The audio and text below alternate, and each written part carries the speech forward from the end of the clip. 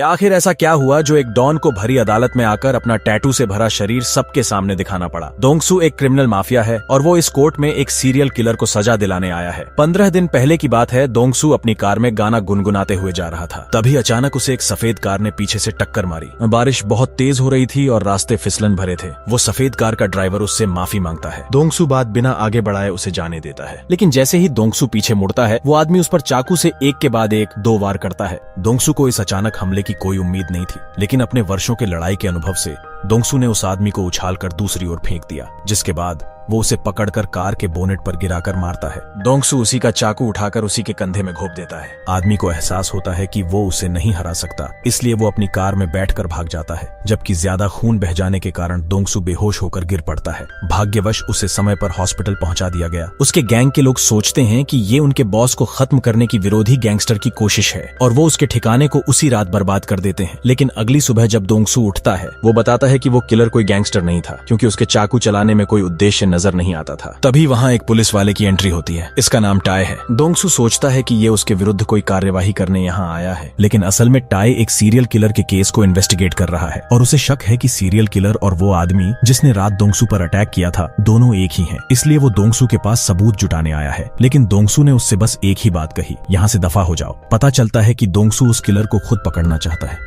Tie को एहसास होता है कि यहाँ से निकल जाना ही बेहतर होगा और वो बाहर जाकर दोंगसू की कार की छानबीन करने लगता है। उसे उसकी कार पर पीछे से टकराने के निशान दिखाई देते हैं, जो उस सीरियल किलर के खास तरीके से मेल खा रहे थे। पुलिस वाले के जाने के बाद विरोधी गैंग का लीडर दोंगसू से मिलने पहुंचता है। एक बड़ा क्रिमिनल माफिया होने के बावजूद इस तरह किसी से पिटकर घायल होना दोंगसू के लिए बड़े अपमान की बात थी। अब दोंगसू अपनी याददाश्त के सहारे सीरियल किलर का स्केच बनवाता है और अपने आदमियों को उस सीरियल किलर को पुलिस से पहले खोज कर लाने को कहता है। लेकिन इसी बीच सीरियल किलर एक और कत्ल को अंजाम देता है। वो एक ट्रक ड्राइवर को मार देता है और उसका बड़ा ट्रक लेकर निकल जाता है। लेकिन वो इस बात से अनजान था कि ऐसे ट्रकों में आमतौर पर 2 आदमी चलते हैं। ट्रक में दोनों के बीच हाथापाई के दौरान उसका खंजर सड़क के किनारे गिर जाता है। दूसरी ओर दोंगसू के घायल होने की घटना हर जगह खबर बनकर हर तरफ फैल चुकी थी और विरोधी गैंग ने सर उठाना शुरू कर दिया था। आखिरकार गैंगस्टर होना ताकत का प्रदर्शन ही तो है। वो सोचता है कि समय आ गया कि सबको याद दिला दिया जाए कि पहले दोंगसू कितना खतरनाक था और आज भी वो उतना ही भयावह है। अब उस सीरियल किलर का खंजर दोंगसू के आदमी को मिल जाता है। दोंगसू देखते ही पहचान लेता है ये वही खंजर था जो किलर ने उसे मारने के लिए इस्तेमाल किया था। वो ऑफिसर टाई को डिनर पर बुलाता है और वो उसे पुलिस के साथ सहयोग करने की सहमति देता है। दोंगसू अपने आदमियों को सीरियल किलर को पकड़ने के लिए लगा देता है और टाई उसे पकड़ने के लिए तकनीक का सहारा लेगा। लेकिन दोंगसू की सहयोग करने के बदले एक ही शर्त थी कि चाहे जो कोई भी किलर को पकड़े, लेकिन उससे सबसे पहले वो ही निपटेगा। टाई तुरंत उसकी शर्त को मान लेता है, बिना ये जाने कि दोंगसू एक बड़ा षड्यंत्र चल रहा है, क्योंकि वो कोरिया का सबसे खतरनाक गैंगस्टर है। वो अपने हाथों से ट्रेन भर दुश्मनों को खत्म कर चुका है और उसके वाइन के ग्लास में दुश्मन की उंगलियां होती हैं। उसे खाते समय अगर कोई थोड़ा भी परेशान करने की कोशिश करता है, वो उसके बाल खींचकर उसके गालों पर थप्पड़ लगाता है। लेकिन इस कठोर माफिया पर एक सीरियल किलर ने अटैक किया है और एक प्रसिद्ध गैंगस्टर के लिए ये एक शर्मिंदगी की बात है कि किसी ऐसे वैसे ने उसे हॉस्पिटल में भर्ती होने पर मजबूर कर दिया। अब विरोधी गैंग्स ने इस परिस्थिति का लाभ उठाकर उसके इलाकों पर कब्जा करना शुरू कर दिया। दोंगसू को लगा अब बहुत हो चुका। अब वो अपने आदमियों को चुपके से भेजकर विरोधी गैंग के लीडर को उस सीरियल किलर के खंजर से मरवा देता है और वो खंजर योजना अनुसार वहीं छोड़ देते हैं। जब पुलिस ने उसका परीक्षण किया तो पाया कि खंजर में सीरियल किलर द्वारा मारे गए लोगों के डीएनए मौजूद हैं। जब टाई को इस बारे में पता चला, वो सीधा दोंगसू के पास पहुंचा। वो उसके पास पहुंचा और उसने दोंगसू के मुंह पर झापड़ लगा दिया। दोंगसू बोला, अगर मैंने तुम्हें जवाब नहीं दिया तो तुम सोचोगे कि बॉस तुम हो। वो टाई को उठाकर नीचे फेंक देता है। टाई उससे कहता है कि जब मैं सीरियल किलर को पकड़ लूंगा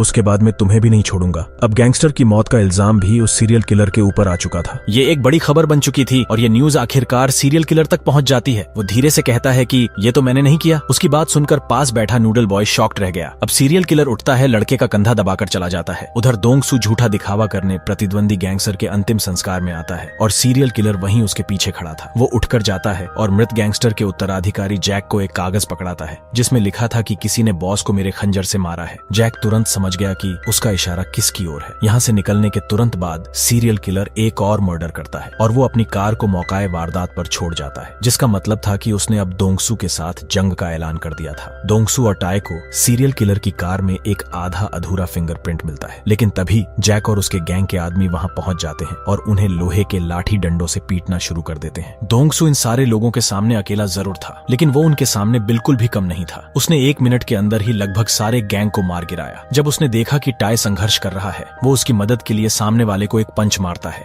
लेकिन इस लड़ाई में टाय गलती से जैक को चाकू मार देता है। एक पुलिस वाला होने के नाते टाय घबरा गया था कि उसने किसी की हत्या कर दी है। दोंगसू ने उससे कहा, चले जाओ और एक पेशेवर को इससे निपटने के लिए छोड़ दो। अब अगले दिन पुलिस उसकी कार में मिले फिंगरप्रिंट से सीरियल किलर की पहचान कर लेती है। दोंगसू और उसके आदमी बड़े पैमाने पर सीरियल किलर की तलाश शुरू कर देते हैं, लेकिन लंबे वक्त तक तलाश करने के बाद भी उन्हें कुछ भी हासिल नहीं होता। क्या आपने ऐसा भला गैंगस्टर कभी देखा है? वो अपनी सिगरेट फेंक देता है जब वो देखता है कि एक स्कूल की लड़की को उसके धुएं से घुटन हो रही है, और वो उसे अपनी छतरी दे देता है क्योंकि उसके पास नहीं थी। जब पुलिस वाला ये देखता है, वो लड़की से अनजान लोगों से चीजें लेने के लिए मना करता है। वो कहता है कि ये एक गैंगस्टर है। लड़की जवाब में कहती है कि मुझे तो लगता है कि गैंगस्टर तुम हो। वो उसे बस में जाते हुए देखते हैं। वो नहीं जानते थे कि इसी बस के अंदर वो सीरियल किलर भी बैठा है। उस रात दोंगसू और उसका गैंग एक रेस्टोरेंट में आगे की प्लानिंग तैयार कर रहे थे। तभी दोंगसू की नजर एक न्यूज रिपोर्ट पर जाती है, जिसमें एक स्कूल की लड़की की दर्दनाक मौत के बारे में बताया जा रहा था। दोंगसू उस लड़की के पास पड़े छाते को देखता है और उसे एहसास होता है कि ये वही प्यारी लड़की है जिससे वो आज मिला था। वो तुरंत अपने आदमियों से किलर को तलाशने के लिए कहता है। शहर के सारे इंटरनेट कैफेज और बार्स में ढूंढने के बाद आखिर उन्हें सीरियल किलर की कार एक गली में खड़ी दिखाई पड़ जाती है। वो उसे घेर कर रोकने की कोशिश करते हैं,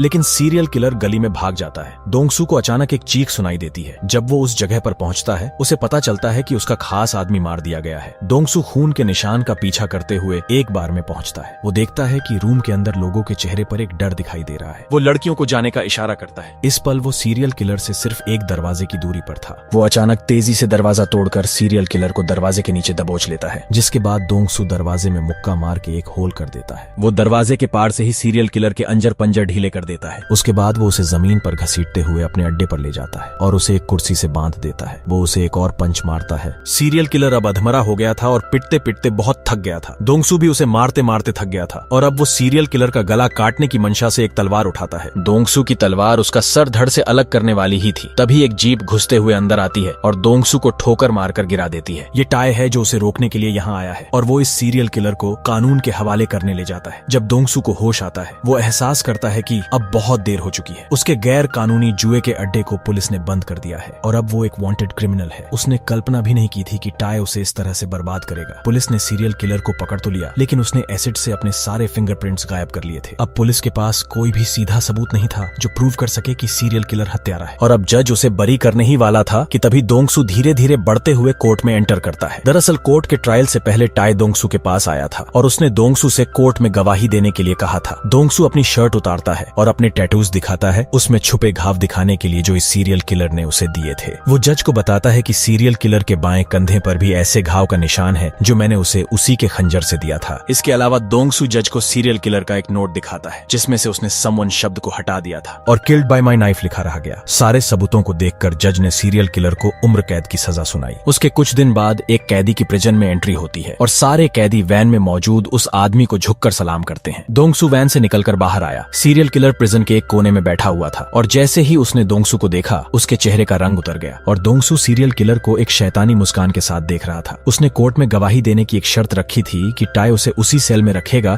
जिसमें सीरियल किलर को रखा गया है। सीरियल किलर शावर ले रहा था और दोंगसू एक रस्सी के साथ शावर रूम में पहुंचता है। अब वो भाग नहीं सकता था। अपराधी बड़ा हो या छोटा, जब कानून न्याय करने में नाकाम रहता है, उस वक्त न्याय पाने का सिर्फ यही तरीका रह जाता है।